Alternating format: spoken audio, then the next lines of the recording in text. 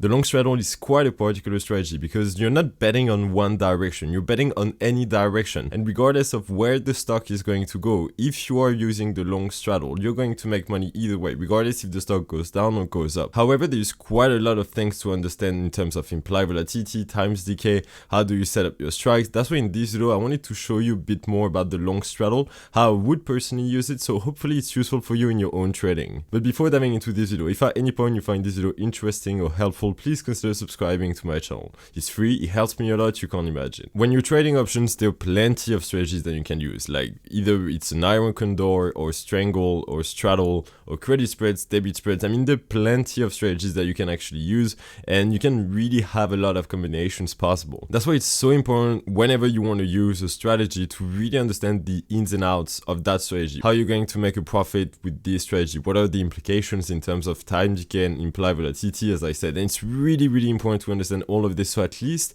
when you are actually trading using that strategy, you know what is the worst outcome, you know what is the best outcome and how to get there, and you really don't have any surprise. That's why it's so crucial to see really all of the sides of a strategy, either the good ones or the bad. First of all, when you think about a long straddle, think about this graph. This graph represents how much money you would win or how much money you would lose at expiration using the long straddle. So you see that when you're using a long straddle, you are betting that the stock is going to go in either direction. You see that you have this red zone at the center of the profit graph, meaning that if the stock stays where it is, then you're going to lose money at expiration. And to make a profit on that strategy, you need to have the stock move in either direction. You see that you have those two green zones on the left and on the right of the profit graph. And if the stock goes in either direction, then you're going to make money. And that's how you're going to make money with a long straddle. You are going to make money by seeing the stock make a big move, either down or either up. But if the stock stays within that certain zone, exactly at that same spot when you bought the long straddle, then you're going to lose money at expiration. That's really the first thing to understand about the long straddle. It's a strategy to use when you expect a big movement from a stock, because regardless of the direction where it's going to go, either up or down, if the stock moves enough in either direction, you're going to make money that way. For example, if I was willing to trade a long straddle on Apple, then I would go into the option chain and I would go, for example, for the AAPL expiration. Then to create a long straddle, you need to buy a put and a call at the same strike in the same expiration and at the money strike. So for example, in our case, I would go, for example, for the 128.75 strike, and I would buy a put and then I would buy a call. And by doing this, you see that the profit graph is going to look like this. It's going to really show that if the stock moves in either direction by a lot, then you're going to make money. You need to go beyond those break-even prices. And you see that I would pay $12.50 in premium, so having a potential max loss of $1,250, because $12.50 for the trade by buying one put and one call means that it controls 100 shares. So you need to multiply this by 100 so as to really see the cost of actually the premium. So you see that when you just look at it like this, it seems like a great strategy, because either way you're going to make money if the stock moves enough. If the stock moves in either direction, either up or down, then you're going to make money. Imagine that if you were using this on a stock like, for example, GME or AMC, when they were very volatile, you didn't know if the stock was going to go up or down, so you would use a long straddle, and either way you're going to make money. However, and you really need to be careful about this, and this is where you really need to understand in more details the strategy in itself, what are its implications in terms of time decay and implied volatility, because that's how you can really get tricked. If you only focus on the factor of the stock, meaning that you're only going to focus on the stock's direction, you're not going to take into account the other factors that make the option price, then you might fall into several traps. And that brings me to talk about the first factor that I wanted to cover, is the time decay. By the way, if you're just starting out with options and you have still a small account, then I have some good news for you. If you go into the first link in the description and you sign up with Webull and you deposit $100, then you'll be given 2 free stocks valued up to $1,700 each. So if you'd like to benefit from that promotion, then you can just go into the first link of the description and you need to deposit $100 so as to be eligible for those 2 free stocks. So as I said, let's cover the time decay and its implication on the option prices. For those who don't know what the time decay is, every day that passes, options lose a tiny bit of value, and the closer you go to expiration, the more money options are losing on a daily basis, the closer we get to expiration. That's something that you cannot change. Every day that passes, options are losing a tiny bit of value. That's the time decay. And if you've heard about the Greek letters in options, then that's what we refer to theta, and that's the time decay. And so when you see, for example, in your trading account that you have a theta of, for example, $2, it means that if you have bought an option, then you're going to lose on a daily basis $2. But be careful, because that number is growing as we get closer to expiration. expiration. So if you, for example, trade an expiration that is going to expire in 7 days, then you're going to see that the time decay is a lot bigger than an expiration where it expires, for example, in 70 days. And that's the first very important thing to talk about when we talk about long straddle. So you see that when we actually trade a long straddle, we buy a call and a put at the same time. And by doing this, because you buy a call and buy a put at the same time, then you're going to be subject to the time decay. So as you're buying options, the time decay is going to hurt your positions, because every day that passes, your options are going to lose a tiny bit of value. And as you buy an option, you want the option price to rise so as to sell it at a higher price. So if the time decay is making the option lose a tiny bit of value each and every single day, then it's going to hurt your position and your P&L. It's going to make you lose money on a daily basis, which implies that when you're trading the long straddle, when you're using that strategy, you really want to use it on a stock that you think is going to move a lot very quickly and buy a lot. So it offsets that time decay that is going to hurt your position. For example, if I was using a long straddle on a stock, I wouldn't use a long straddle on a stock that I think is going to move a lot in 30 days. I want the stock to move as quickly as possible because I have a race against time. I don't want my position to be hurt too much about the time decay, so I want to be right quite quickly. So personally, if I use the long straddle, I want to use it on a stock that I think is going to move a lot and very soon. And if we use, for example, the long straddle that I've talked about on Apple, and I go back into the April expiration and I buy a put and a call at the same strike, if we click on this tab, you see that now there is a theta of $11 per day, meaning that I'm going to lose on a daily basis $11 per day. That number is only going to increase as the days are passing and as the expiration comes closer and closer, meaning that today I'm going to lose $11, but tomorrow I'll lose $12, and the next day I'll lose $14, and so on and so on. And the closer we get to expiration, the bigger the time decay, the bigger the theta. So how can you tackle this? How can you tackle the time decay so it doesn't hurt too much your position? Well, there is one obvious thing that you could do. The further away you choose the expiration, meaning that if you choose an expiration that is going to expire in 90 days, then the smaller the time decay. The further away the expiration, the smaller the time decay. And the closer the expiration, then the bigger the time decay. So if you were buying a long straddle, then you might maybe want to use it on a longer term expiration.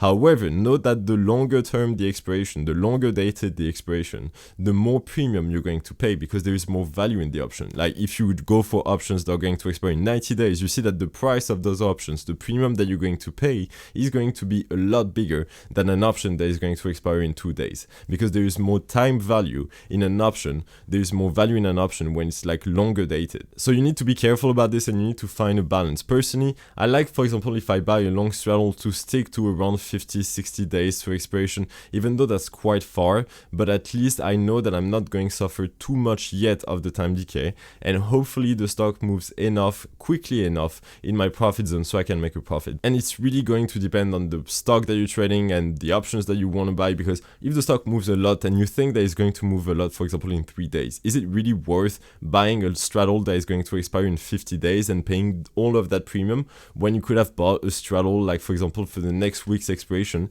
pay less money, maybe being hurt more by the time decay? At least you don't pay as much premium and you don't risk as much. It's something that you need to judge for yourself. But it's not finished. There is one other factor that we need to talk about, and it's the implied volatility. You see, the implied volatility, it basically tells you how expensive or how cheap options are for a particular stock. And that number that represents the implied volatility, we know it from the option price. So the higher the option price, the higher the implied volatility, and the cheaper the option price, the lower the implied volatility. So you really have this relationship where both are going to follow each other. The implied volatility is going to follow the option price. If it rises, then the implied volatility rises. If the option price goes cheaper, then the implied volatility is going to go lower. And why is it important when talking about a long straddle? Well, as we know that the implied volatility is like a reflection of option prices, then we might as well try to benefit from it in a way that we want to avoid to buy options that are too expensive compared to what they're actually worth. If we buy a long straddle, we might try at least to buy a long straddle that is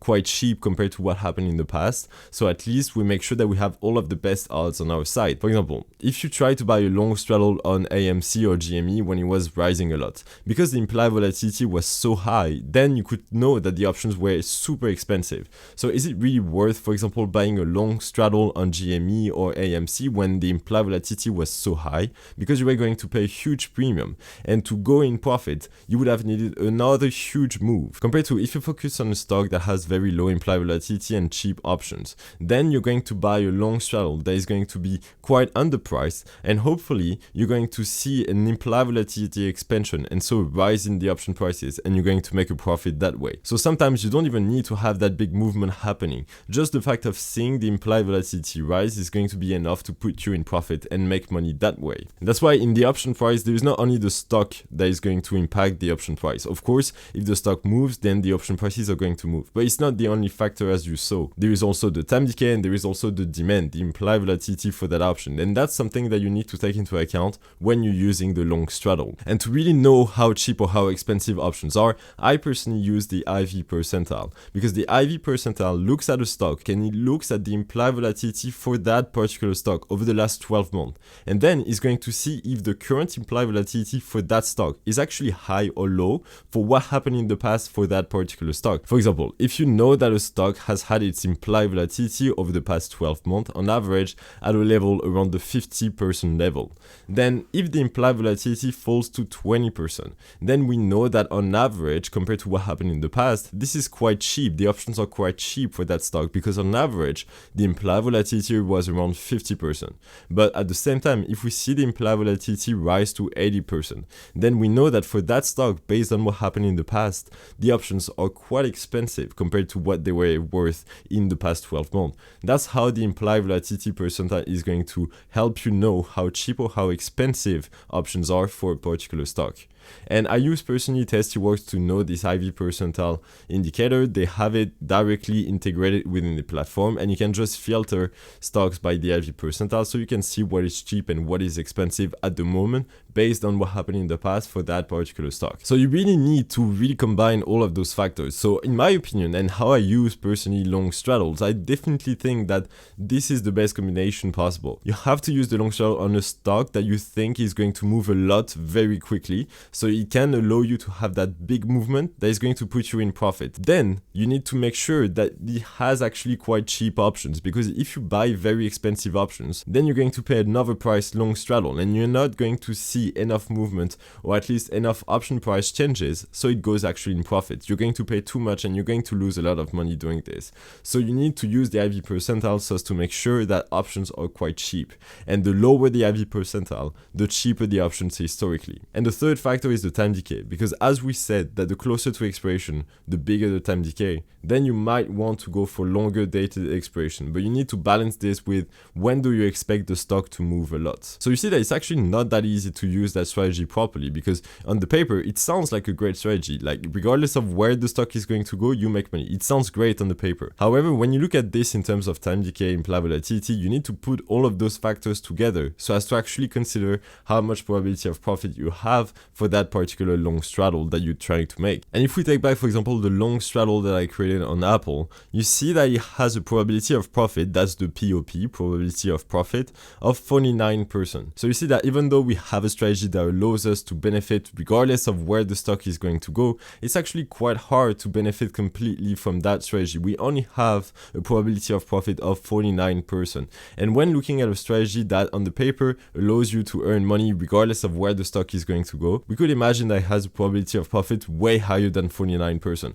when in reality, that's the probability of profit that we have when using a long straddle. And one last thing, I know it's quite tempting to want to use the long straddle, for example, during earning announcement, because usually earning announcements are synonym of volatility and there's a lot of movement in the stock, but for that exact reason that we talked about, the implied volatility, just after the earning announcement, usually you're going to see what we call the IV crush, the implied volatility crush, meaning that the implied volatility you can see directly after the earning announcement for a lot of stock, you see that the implied volatility goes down very quickly, proof of option prices going down very quickly too. They get cheaper almost instantly right after the earning announcement. So if you buy a long straddle before the earning event and you try to benefit from the stock moving in either direction, you're going to be crushed by this IV crush. You're going to lose money because the option prices get cheaper instantly right after the earning announcement. So buying a long straddle, hoping for that move, is going to be actually making you lose money because you're not going to make enough money from the stock movement